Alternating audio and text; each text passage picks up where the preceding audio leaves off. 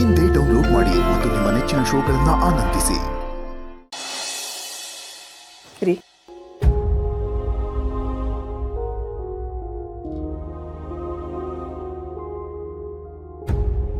ರೀ, ಯಾಕೋ ಒಂದು ವಿಚಾರ ಪದೇ ಪದೇ ನನ್ನನ್ನು ಕಾಡ್ತಾ ಇದೆ.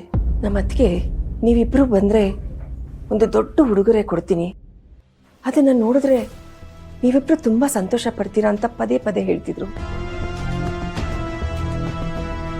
ಆದರೆ ಅದು ಏನು ಉಡುಗೊರೆ ಅಂತಾನೆ ಗೊತ್ತಾಗ್ತಾ ಇಲ್ವಲ್ಲ. ಬಹುಶಃ ನಿಂಗೆ ಸಹಾಯ ಆಗಲಿ ಅಂತ ಹಣ ಕೊಡಬೇಕು ಅಂತ ಅಂದ್ಕೊಂಡಿರ್ಬೋದು ಲಕ್ಷ್ಮಿ, ಅಥವಾ ನಿಮ್ಮ ತಂದೆ ಮನೆ ಆಸ್ತಿನಲ್ಲಿ ಪಾಲ್ ಮಾಡಿಸಿ ಅದೊಂದು ಭಾಗ ಕೊಡಬೇಕು ಅಂತ ಅಂದ್ಕೊಂಡಿದ್ರು ಏನು? ಇಲ್ಲ ರೀ, ನನ್ನ ಸ್ವಭಾವ ಏನು ಅಂತ ನಮ್ಮ ಅತ್ತಿಗೆ ಚೆನ್ನಾಗೇ ಗೊತ್ತು. ಹಣಕ್ಕಾಗಲಿ ಆಸ್ತಿಗಾಗಲಿ ನಾನು ಆಸೆ ಪಡಲ್ಲ ಅಂತ ಗೊತ್ತು. ಅದು ಕೊಟ್ಟಿದ್ರು ನಾನು ತಗೋತಾ ಇರಲಿಲ್ಲ ಅಂತನೂ ಗೊತ್ತು. ಅದಲ್ಲ ರೀ, ಬೇರೆ ಏನೂ ಇರಬೇಕು. ಹಾಗಿದ್ರೆ ಅವ್ರ ಮನಸ್ಸಿನಲ್ಲಿ ಇನ್ನೇನಿತ್ತು ಅಂತ ನಿನ್ಗೆ ಅನ್ಸುತ್ತೆ ಲಕ್ಷ್ಮಿ? ಅದೇ ನನಗೂ ಅರ್ಥ ಆಗ್ತಾ ಇಲ್ಲ. ಏನಿರ್ಬಹುದು? ಅಷ್ಟೊಂದು ಬಲವಂತ ಮಾಡಿ ಕರೆದ್ರಲ್ಲ, ಅಂತ ಹುಡುಗರು ಏನ್ರಿ ಇರ್ಬೋದು? ಬಹುಶಃ ನಿನ್ನನ್ನು ನಿಮ್ಮ ಅಣ್ಣನ್ನು ಸೇರಿಸ್ಬೇಕಂತ ಏನಾದ್ರು ಅಂದ್ಕೊಂಡಿದ್ರ ಅಂತ? ಇಲ್ಲ ರೀ, ಅದು ಇರಲ್ಲ. ಯಾಕೆಂದ್ರೆ ಅದನ್ನ ಮಾಡೋದಿದ್ರೆ ಎಷ್ಟೋ ವರ್ಷಗಳ ಹಿಂದೆನೇ ಹೋಗ್ತಿತ್ತು.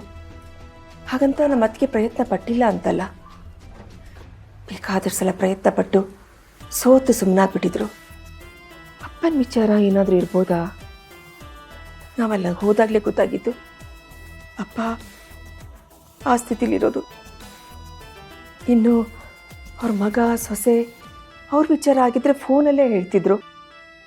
ಇದು ಯಾವುದೂ ಅಲ್ಲ ರೀ, ಏನೋ ವಿಶೇಷ ಅಂದಿದ್ರು. ಅಂಥ ಹುಡುಗರೇ ಏನಿರ್ಬೋದು ಗೊತ್ತೇ ಆಗ್ತಾ ಇಲ್ಲ. ನೋಡಿ ಲಕ್ಷ್ಮಿ, ನಮ್ಮ ಹಣೆ ಬರದಲ್ಲಿ ನಮಗೆ ಏನು ಸೇರಬೇಕು, ಎಷ್ಟು ಸೇರಬೇಕು ಅಂತ ಬರೆದಿದ್ರೆ ಒಂದಲ್ಲ ಒಂದು ರೂಪದಲ್ಲಿ ಬಂದು ಸೇರುತ್ತೆ. ಅದ್ರ ಬಗ್ಗೆ ಯೋಚನೆ ಮಾಡ ಬಿಡು. ಈಗ ಸಿಕ್ಕೇನ್ರಿ ಪ್ರಯೋಜನ? ಅದನ್ನು ಕೊಡಬೇಕು ಅಂತ ಅಂದ್ಕೊಂಡಿದ್ದು ನಮ್ಮ ಅತ್ತಿಗೆನೇ ಈಗಿಲ್ಲ. ಈಗ ಸಿಕ್ಕಿದ್ರು ಅದಕ್ಕೇನು ಬೆಲೆ ಇರಲ್ಲ. ಇದ್ರ ಬಗ್ಗೆ ನಾನು ಏನು ಮಾತಾಡಬೇಕು ಅಂತ ಗೊತ್ತಾಗಲ್ಲ ಲಕ್ಷ್ಮಿ. ತವ್ರ ಮನೆಗೆ ಹೋಗಬೇಕು ಅಂತ ನಾವು ಇವಾಗ ಅಂದ್ಕೊಂಡಿದ್ದನ್ನು 1-2 ವರ್ಷ ಹಿಂದೆ ಮಾಡಿದರೆ ಬಹುಶಃ ನಿಮ್ಮ ಅತ್ತಿಗೆ ನಿನ್ನ ಜೊತೆ ಮುಕ್ತವಾಗಿ ಮಾತಾಡಿ ಅವ್ರ ಮನಸ್ಸಿನಲ್ಲಿ ಏನಿತ್ತು ಅಂತ ಹೇಳ್ಕೊತಿದ್ರೋ ಏನೋ. ಈಗ ಅವ್ರು ನಮ್ಮ ಜೊತೆ ಇಲ್ಲ, ಅವ್ರ ಮನಸ್ಸಲ್ಲಿ ಏನಿತ್ತು ಅಂತ ನಮ್ಗೆ ಹೇಗೆ ಗೊತ್ತಾಗಬೇಕು? ಇದಕ್ಕೆಲ್ಲ ಕಾಲನ್ನೇ ಉತ್ತರ ಕೊಡ್ಬೇಕಷ್ಟೆ.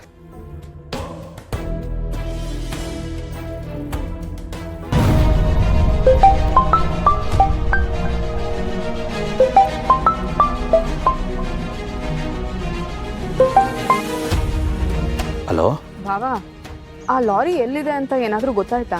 ಇಲ್ಲ ಕಣವ, ನಾನು ಪೊಲೀಸ್ನವ್ರಿಗೆ ಹೇಳಿವ್ನಿ, ಹೊಸಿ ಟೈಮ್ ಕೊಡಿ ಹುಡುಕಿಸ್ತೀವಿ ಅಂತ ಹೇಳೋರೆ ಕಣವ. ಏನೋ ಭಾವ, ಆ ಡ್ರೈವರ್ ಏನಾದರೂ ಸಿಕ್ಕಿದಿದ್ರೆ ನಮಗೆ ತುಂಬ ಸಹಾಯ ಆಗ್ತಿತ್ತು. ಅಷ್ಟು ಬೇಗ ಎಲ್ಲಿ ತಪ್ಪಿಸ್ಕೊಂಡು ಹೋದ ಅಂತ. ಆ ಲಾರಿನಾದರೂ ಸಿಕ್ಕಿದಿದ್ರೆ ನಮಗೆ ತುಂಬ ಅನುಕೂಲ ಆಗ್ತಿತ್ತು.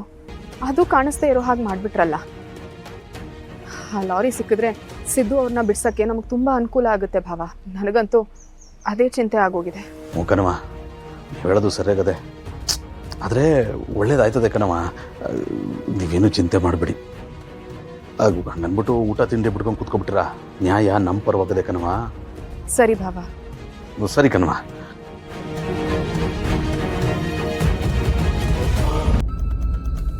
ನೋಡಿದ್ರಾ ನಾವು ಮಾಡೋ ಕರ್ಮಗಳು ಹೇಗೆ ಬಂದು ನಮ್ಮನ್ನೇ ಸುತ್ಕೊಳತ್ವೆ ಅಂತ?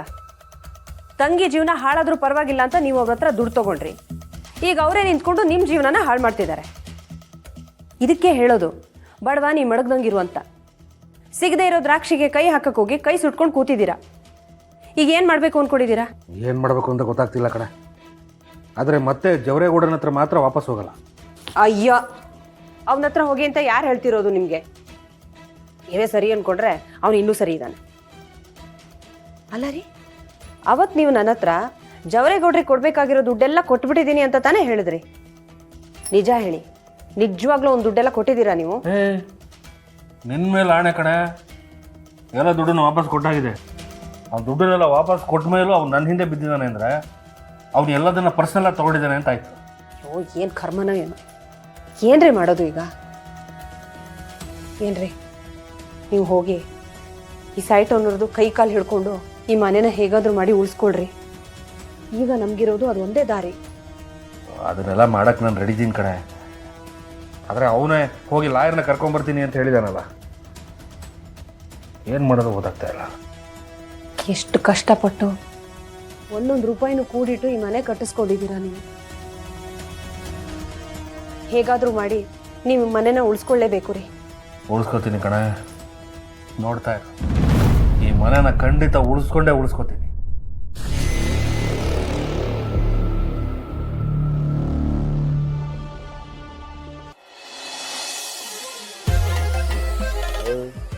ಏನೋ ನೀನು ಹಣೆ ಬರ ಅಲ್ಲ, ಎಲ್ಲ ತಲೆನೋವು ನಿಮಗೆ ತಗಲಾಕೊಟ್ಟಿದ್ದಿಲ್ಲ. ಕರ್ಮ. ಆ ಸೈಟ್ ಓನರ್ ಏನಕ್ಕಂತ ಬಂದಿರೋದು ಇದಕ್ಕಿದ್ದಾಗೆ? ನನ್ನ ಪ್ರಾಣ ತಿನ್ನಕ್ಕೆ ಇದಾನಲ್ಲಪ್ಪ ದೊಡ್ಡ ಮನುಷ್ಯ, ಬಡವರ ಬಂದು ಜನನಾಯಕ ಅಂತ ಪೋಸ್ಟಲ್ಲಿ ಹೆಸರು ಹಾಕ್ಸ್ಕೊತಾನಲ್ಲ ನಿಮ್ಮ ಮಾವ. ಆ ಕದಿ ಮನೆ ಇದನ್ನೆಲ್ಲ ಮಾಡಿರೋದು. ಓ, ನಮ್ಮ ಮಾವನ ಎದುರ ಕೊಡೋದು ಒಂದೇ, ಬೆಂಕಿಗೆ ಹಾರೋದು ಒಂದೇ ಬಿಡು. ಅವ್ರದ್ದು ಪಕ್ಕ ರಾಜಕಾರಣಿ ಮೈಂಡ್ ಸೆಟ್ ಕಣ.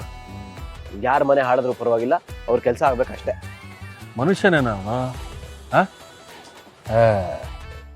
ಅವನು ಎಲ್ಲರ ಜೀವನದಲ್ಲಿ ಆಟ ಆಡ್ಬೋದು, ಆದರೆ ಅವನ ಜೀವನದಲ್ಲೂ ಆಟ ಆಡೋದಕ್ಕೆ ಯಾರಾದರೂ ಇದ್ದೇ ಇರ್ತಾರೆ. ಎಲೆಕ್ಷನಲ್ಲಿ ಇವ್ರು ಹೆಂಗೋ ಗೆಲ್ತಾರೆ? ದುಡ್ಡು ಬ್ರೋ, ದುಡ್ಡಿದ್ರೆ ಏನು ಬೇಕಾದ್ರೂ ಗೆಲ್ಬಹುದು, ಏನು ಬೇಕಾದ್ರೂ ಮಾಡಬಹುದು. ಏನು ಬೇಕಾದ್ರೂ ಮಾಡ್ಬೋದು ಅಂತ ನನ್ನ ಬುಡಕ್ಕೆ ಬರುತ್ತೇನಾ? ಅವ್ರಿಗೆ ಕೊಡ್ಬೇಕಾಗಿರೋ ದುಡ್ಡೆಲ್ಲ ಕೊಟ್ಟಾಯ್ತು, ಮತ್ತೆ ಯಾಕೆ ನನ್ನ ಮನೆ ಮೇಲೆ ಅವ್ರಿಗೆ ಕಣ್ಣು? ದೇವರು ಅವ್ರನ್ನ ಸುಮ್ಮನೆ ಬಿಡಲ್ಲ ಕಣ. ನೋಡ್ತಾ ಇರೋ, ಈ ಸಲ ಓಟ್ ಕೇಳಕ್ಕೆ ನಮ್ಮ ಮನೆಗೆ ಬರಲಿ, ಮರ್ಯಾದೆ ತೆಗಿತೀನಿ ನೋಡು ಅವರು. ಬ್ರೋ, ಆ ಟೈಮಲ್ಲಿ ನಿನ್ಗೊಂದು ಸ್ವಲ್ಪ ದುಡ್ಡು ಕೊಟ್ಟು ನಿನ್ನ ಕೈ ಬೆಚ್ಚಕ್ಕೆ ಮಾಡಿಸಿ ಸುಮ್ಮನೆ ಆಗ್ಬಿಡ್ತಾರೆ ಅಷ್ಟೇ ಆ ವ್ಯಕ್ತಿ. ನೋಡೋ, ಆ ಥರ ಮಾಡಬೇಕು ಅಂದರೆ ಈಗಲಿಂದನೇ ಶುರು ಮಾಡ್ಕೊ. ಇನ್ನೂ 3 ವರ್ಷ ಇದೆ, ಪ್ಲ್ಯಾನಿಂಗ್ ಮಾಡ್ಕೊ. ಅದೇ ಹೇಗೆ ಅಂತ ನನಗೆ ಗೊತ್ತಾಗ್ತಿಲ್ಲ ಕಣ. ನೀನೇನಾದ್ರು ಐಡಿಯಾ ಇದ್ರೆ ಹೇಳ. ಚೆನ್ನಾಗಿ ಹೇಳ್ದೆ ನೀನು. ಅಲ್ವೋ, ಹುತ್ತದಲ್ಲಿ ಹಾವಿದೆ ಅಂತ ಗೊತ್ತಿದ್ದು ಕಡ್ಡಿ ಅಲ್ಲಾಡಿಸಿ ಮಜಾ ತಗೋತಾ ಇರೋದು ನೀನು. ಆ ಹಾವಿನ ಕೈಲಿ ಕಚ್ಚಿಸ್ಕೋಬೇಕಾದ್ರೆ ನಾನೇನಾದ್ರು ಈ ವಿಚಾರ ತೊಗೊಂಡೋಗಿ ಮನೇಲಿ ಮಾತಾಡಿದ್ರೆ ಮುಖಕ್ಕೆ ಮಂಗಳಾರತಿ ಎರ್ತಾರಷ್ಟೇ. ಬ್ರೋ, ಈ ವಿಚಾರದಲ್ಲಿ ನಾನು ನಿಂಗೆ ಹೆಲ್ಪ್ ಮಾಡೋಕ್ಕಾಗಲ್ಲ, ಸಾರಿ. ನೀನೇ ಹಿಂಗಂದ್ರೆ ಹಿಂಗ? ಹೋಗ್ಲಿ, ನಿಮ್ಮ ಮಾವನ ಫ್ರೆಂಡ್ಸ್ ಯಾರಾದರೂ ಇದ್ರೆ ಹೇಳು, ಅವ್ರ ಹತ್ರನೇ ಹೋಗಿ ಮಾತಾಡ್ತೀನಿ. ಅವರಿಂದ ನಿಮ್ಮ ಮಾವಂಗೆ ಏನಾದರೂ ಹೇಳಿಸ್ಬೋದಾ? ಅದನ್ನು ಮಾಡ್ತೀನಿ. ಇಲ್ಲ ಬ್ರೋ, ನಮ್ಮ ಮಾವ ಒಂಥರ ಹಾಗೇನೆ. ಅವ್ರಿಗೆ ಯಾರಾದರೂ ಇಷ್ಟ ಆಗಲಿಲ್ಲ ಅಂದರೆ ಮುಖ ಕೂಡ ನೋಡೋದ. ನನ್ನೇ ಮಾತಾಡ್ಸಲ್ಲ ಸರಿಯಾಗಿ ಆ ವ್ಯಕ್ತಿ. ಸಿಂಚನಾಗೆ ನಾನು ಇನ್ನೂ ಮೋಸ ಮಾಡೇ ಬದುಕ್ತಾ ಇದ್ದೀನಿ ಅನ್ನೋ ಫೀಲಿಂಗಲ್ಲಿದ್ದಾರೆ ಅವರು. ದಿನ ಅದನ್ನೇ ಹೇಳಿ ಹಂಗಿಸ್ತಾ ಇರ್ತಾರೆ, ನಾನು ಸಾಯಿಸೋದಕ್ಕೆ ಕರ್ಮ. ಅನ್ನೋ ಪರಿಸ್ಥಿತಿನೇ ಆಗಿರಬೇಕಾದ್ರೆ ನಿನಗೆ ಹೇಗೋ ಹೆಲ್ಪ್ ಮಾಡಲಿ. ಸಾರಿ, ಬೇರೆ ಏನಾದರೂ ದಾರಿ ಹುಡುಕಪ್ಪ. ಏನು ತೋರಿಸಿಲ್ಲ ಕಣ, ಏನಾದರೂ ಐಡಿಯಾ ಇದ್ರೆ ಕೊಡಪ್ಪ. ಅಲ್ವಾ, ಆ ಸೈಟ್ ಓನರ್ ಹತ್ರನೇ ಮಾತಾಡಿ ಯಾಕೆ ಬಗೆಹರಿಸ್ಕೋಬಾರ್ದು? ಕಣ, ಯೋಚನೆ ಮಾಡು ಏನು ಮಾತಾಡಬೇಕು ಅಂತ. ಹೋಗು, ಮಾತಾಡಿ ಎಲ್ಲ ಬಗೆಹರಿಸ್ಕೊ, ಓಕೆನಾ? ಬರಲ್ಲ ನೀವು? ಸಿಗರೇಟ್ ಇದ್ರೆ ಕೊಡ. ಕೊಟ್ನಲ್ಲ, ಎಲ್ಲ ಸೇದ್ಬಿಟ್ಟು ಕೊನೆಗೆ ಕೊಟ್ಟಿದ್ದೆ.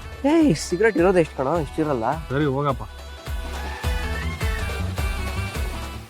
ಲಕ್ಷ್ಮೀ ನಿವಾಸ ಲಕ್ಷ್ಮೀ